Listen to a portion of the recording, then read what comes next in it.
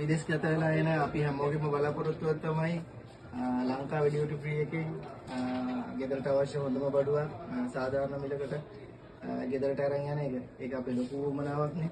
ඉතින් මම තෝරාගත්තේ ඊශ්වරන් බ්‍රදර්ස්. මම අනිත් තැන් වලත් බලාගෙන ආවා. ඒකට මෙහින් ආවා. ඒතකොට මේගොල්ලෝගේ ගාන ගොඩක් සාධාරණයි කියලා මට හිතෙනවා.